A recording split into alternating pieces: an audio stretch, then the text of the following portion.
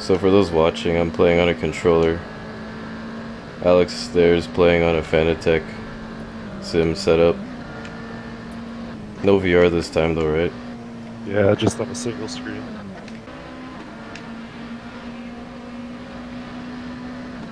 But yeah, anyway, this is Jason, of course, of this YouTube channel, and this is Alex Vongnhay, the guy I'm trying to beat in Time Attack. And I can't beat him in a sim because I'm on a controller. Wait, sorry. I said and in the Seto. Yeah. Yep. Basically on a... You're basically in a controller at CSCS too. Yeah, honestly. Anyway, what do you drive in CSCS and Time Attack? What is this rival car I speak of? Yeah, so it's the Daddy Racing 95 Honda Civic that we race against, that we're rivals in at CSCS. It's a fully stripped, fully caged race car. None of it's really tubular, so most of the chassis original, just modified, and then it's got mostly composite body panels on it. It's got one of our custom Time Attack splitters. Spage Sport, by the way. This is Alex with Spage Sport. Yeah, that's me. Yeah, he's just carbon guy. Carbon guy, maker. Just casually gonna make a car faster than this Glickenhaus car with better carbon. Eventually. But yeah, word. Then it's got a fully built sleeved dart sleeve, I believe, K24 with a 9174 EFR on it. And, yeah, so is it actually a K24 or is it a D-stroker?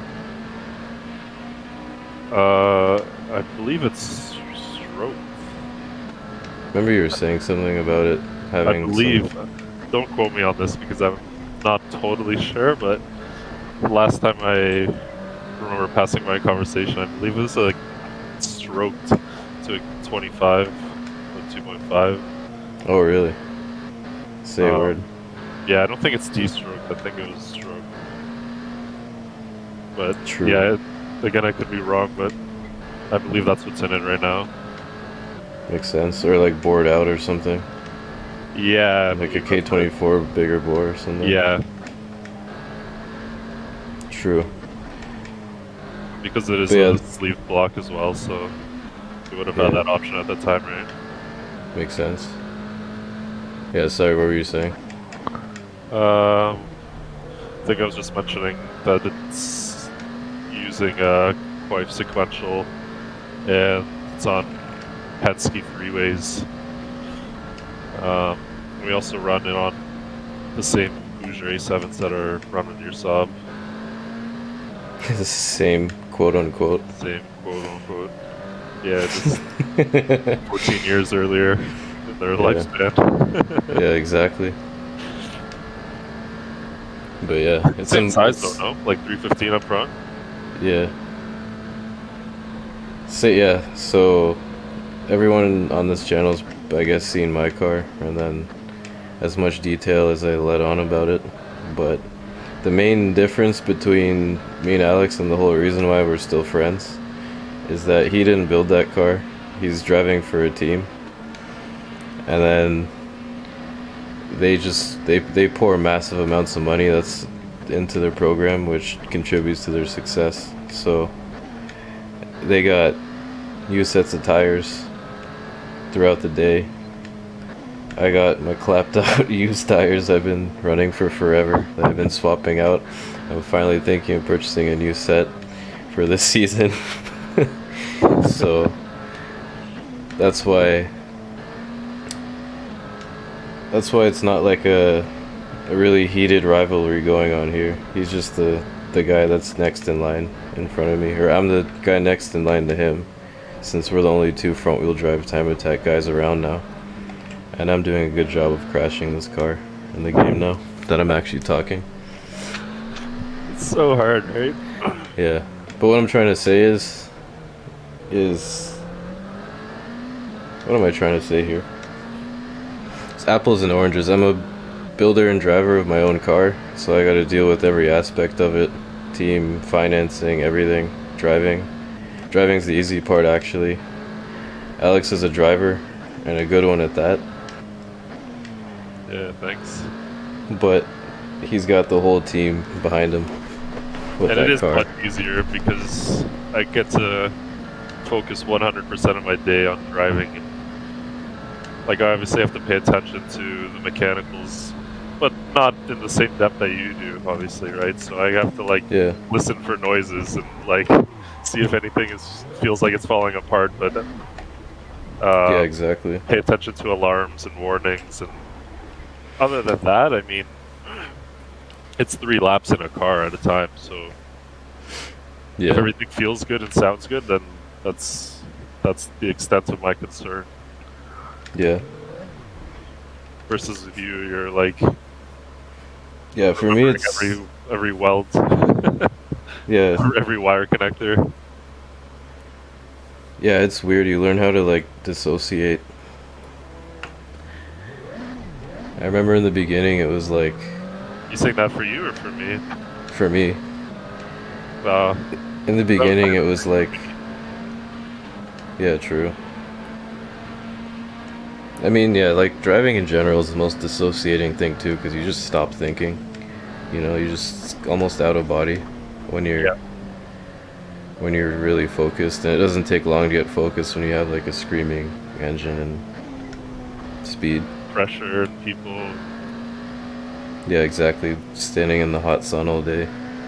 Like, get in the car. Yeah. But yeah, it's like, in the beginning though, when I first built my car, never really talked about it. It's flipping hard to switch from mechanic to driver. You're driving and you're just like, you're driving like you drive your street car after you just put a new transmission in it, or you put new exhaust, or you know what I'm saying, you did something to it, so you're just listening to the car and you're in diagnostic mode.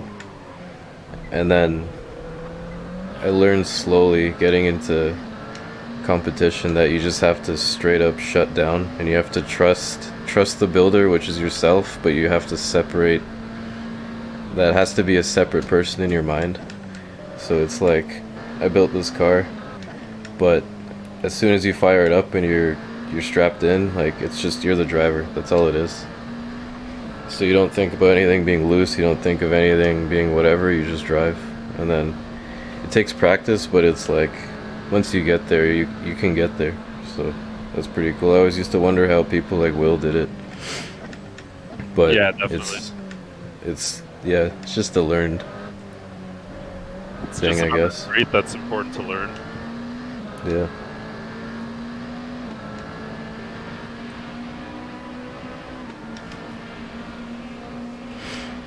But anyway, for the track that we compete at the most, which is TMP, what's your lap time and what's your target for 2023? Like, what's your best and what's your goal? So in the finals last year in 2022, in October, in the finale, so the finals session of the finale, it did a 109.7 and then a 109.9 back to back, and those were fairly imperfect laps. A lot of mistakes. That was the first time we'd actually turned up the boost like full jam all season, because there had been other issues preventing it, and we broke axles, broke transmission, etc., etc. So in the finals, that was the fastest the car had been in terms of powertrain. But yeah, it was a lot to learn in literally 3 laps. So first lap was a 109.7, and then I tried to turn it up for the second lap, made a mistake, and then I did a 109.9 in the last lap. So they were good, Yeah, but the target this year is just about a second faster, so a 108.6 is the target. And then that's basically a tenth faster than the front-wheel drive record at that track, which is a 108.7. yeah, James's record. James' record in 2019, and the K-tuned or Northern Speed Integra. Yeah. So, and then you're like basically the only guy to do it right now because everyone's kind of checked out for front-wheel drive time attack. Yeah, basically. Will rebuilding a car, and then there's me. Integra is potentially being rebuilt, I hear. And then, yeah, you, and then myself. That's Yeah, good. you guys definitely have the most momentum towards the record, though. Yeah, I'd agree. And the most visible potential, at least. Obviously, from my seat, it's easy to say that, but Yeah. like there's been a fairly linear rate of progression in that car, which is always exciting. Yeah. So for me, like fastest I've been around TMP is 1:14.2, was it? Yeah, So yeah, you remember better than me. I like honestly that lap, you know, it's on the YouTube channel, you can watch it. You can see the vlog for the finals. But that day was just about survival for the car. So I only did 2 sessions. I did 1 session just to qualify, because it's important to note, CSCS time attack, you have to qualify for the actual time attack competition. It's not like just an open lapping day where you set a time at any point in the day and that's it. You have to set a time within 5 sessions to qualify, and then you set another time in finals, and that's the actual competition. So what I did was I just qualified, got a lap in, and then did finals and went a few tenths faster, which was the 14.2. But you know, there's always excuses. But again, I'm running 4-year-old A7s that I've been running all year, that you see in a video. I cut them up for a rain day, like put grooves in them, and then the car's been breaking axles, so the power is like way down. And then a cold day on top of that for the tires, blah blah blah, blew up the transmission, put a taller gear in it. It's just, you know, a disaster. But basically I'm 5 seconds off considering that, and then with a new set of tires just alone, that's worth 4.5. I thought it was 3.5. 4.5. Yeah. True, I'm just rounding up. Just making it sound like a bigger task in my head. Because in reality, I need 5 seconds to be faster than you, so. Yeah. Like, technically.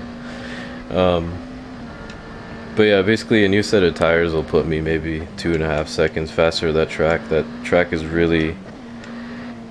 There's like, we have a lot of downforce in these cars. Yeah. That's a better way to put it. It's just all mechanical grip. So, like, my car's got the tube subframe and arms and everything. It's ready for all the grip, but I'm literally pulling less than you'd pull on really good street track tires. So yeah, new tires.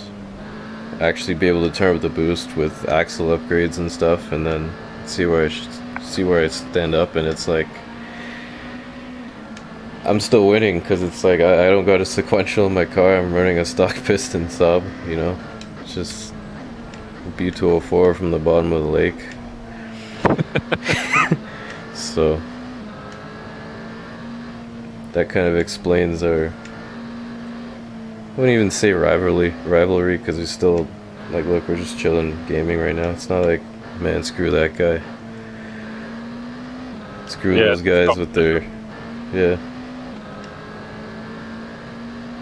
I mean, I have your success in my interest as well, because you use a fair amount of my stuff, so... Yeah, word. To wish you anything other than success is also foolish on my part. Yeah, true. Makes me look bad. Wise words. Yeah, there's nothing on your car for me, so I just let loose. Perfect. Like, not gonna lie. Yeah, I Nothing don't personal with anyone, but it's like, you know how I am. Yeah, it doesn't matter. Oh, another thing to note, if watching me drive. Oh yeah, I'm down 3/10 somehow. What the heck? Anyway, I keep screwing up laps because I'm trying to talk, and this is real time. I'm actually sitting here with the Xbox controller driving while talking, so.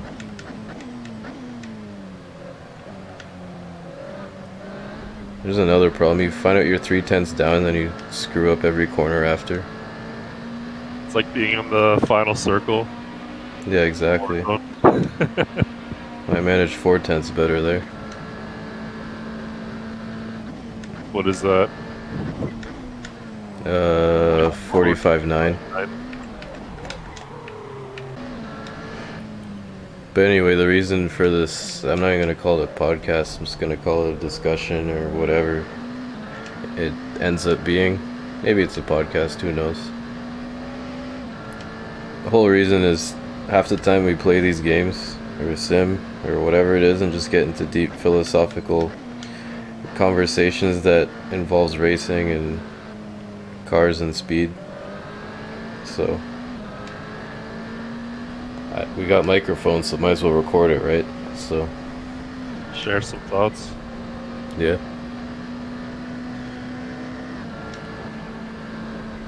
I know half the time I'm actually on the computer doing something, or just even gaming or something alone, and I'm just listening to other podcasts, just getting some insight. Basically all day. Yeah.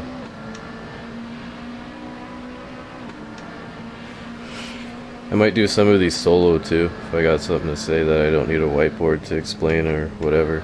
But basically what I'm getting at is, since I brought up winter, it's just there's not enough to do in the winter for me. Like, there's business, there's computer work, there's whatever, there's working on the car, but it's just half the time it's the end of the day, log on the computer. What else is there to do? I'm just gonna turn some laps in a Seto or something, right? Right. Has winter been pissing you off yet? Actually quite enjoyed it today. Word. Drove up the 401 and all the trees were white. Just looked peaceful. Say a word. I absolutely hate it. Doing car stuff. There's no like, oh, I'm going to the track next week. There's no grip. Yeah. That's inherently the main problem with winter, eh? Like, everything else could be fine. I could handle the winter, the cold. But at the end of the day, you still can't pull 2 Gs. Yeah, word. Just go rally racing. Pull like 20 Gs into a tree. Yeah. Like, it sucks being into this stuff, and then it's just live in a place where you can only drive like 5 months out of the year. There's parts of that it might be good, though. That gives you a chance to completely detach. Yeah, but that's for like if you have enough money, you would do like a 9-month season, not a 5-month season, you know what I'm saying? That's true. It's just not enough. And even if you're off season, you can go testing, or you could do something else. Just drive a different car, you know? Yeah, but this is the thing, yo, like, about winter. Like, you get in the car and good for your ability. yeah, you get in the car in the spring and you're just like, oh my god, I haven't driven a freaking 700 horsepower car in like 7 months. You know what I mean? Like, you're just like, you know what I'm saying? Cruise on Kumo winter tires for 7 months. Yeah, exactly. Haven't pulled any G's for half the year. Like, you're just remembering what it feels like for a car to put you in your seat, like laterally and like forward and back. Yeah. Like, you're playing games and it's just like you don't feel anything from it, so completely detached. Cause yeah, by the end of the season, like, I don't know about like what you're driving, but it just feels slow. You know what I mean? It's hard for me to judge that because the car kept getting faster, so what I was expecting just kept increasing.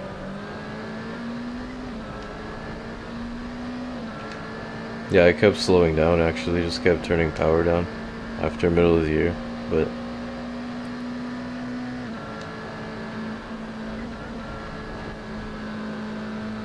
And the track limits here are so far out. yeah.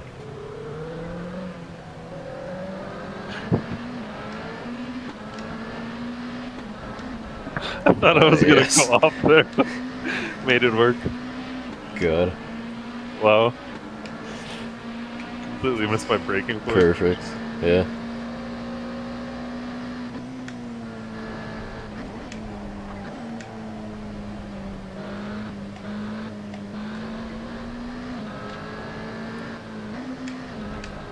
I see all these YouTubers like in Florida and stuff, like drag racing, and just they're like testing. They have like New Year's Eve drags or wherever, and you know, where it's warm. Yeah. It's like here it's just You go and tap everything. for maple syrup. Yeah, exactly. Like everything's just dead. Like not even just racing, it's just dead. Like it's Friday night and I'm pretty sure nobody went out anywhere to do anything because of the snow.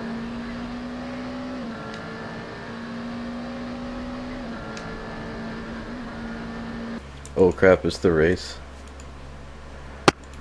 Oh, really? Yeah. Alright, we're gonna today we see how many times the 919 Evo will lap at Glickenhaus In what? SCG In 007. Sorry?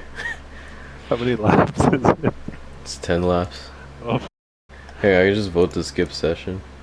No. This is good. This is hilarious. Oh, God. This is what content's all about. I'll start from pit lane. How about that? That might help. I mean, you could. Yeah, word.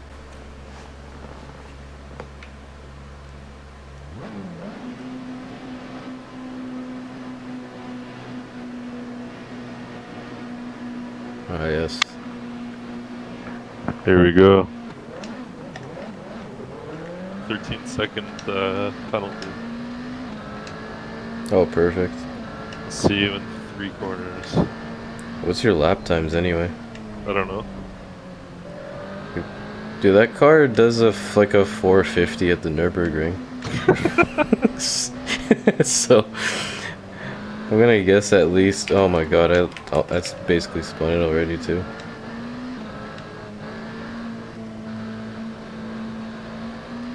Yeah, I'm gonna guess at least 5 seconds. What did you do? 45 flat, I think. No, you're probably like 8 seconds faster, what am I saying, or 10? Like hell, you'll probably catch me on this lap.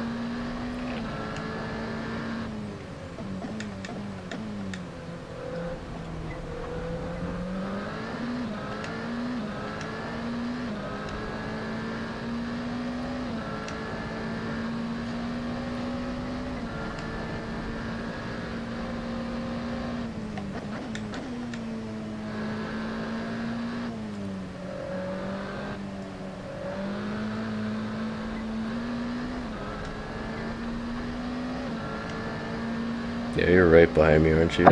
Yeah.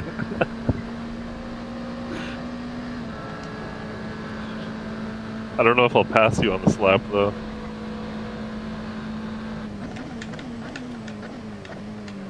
Blocking the line, so maybe.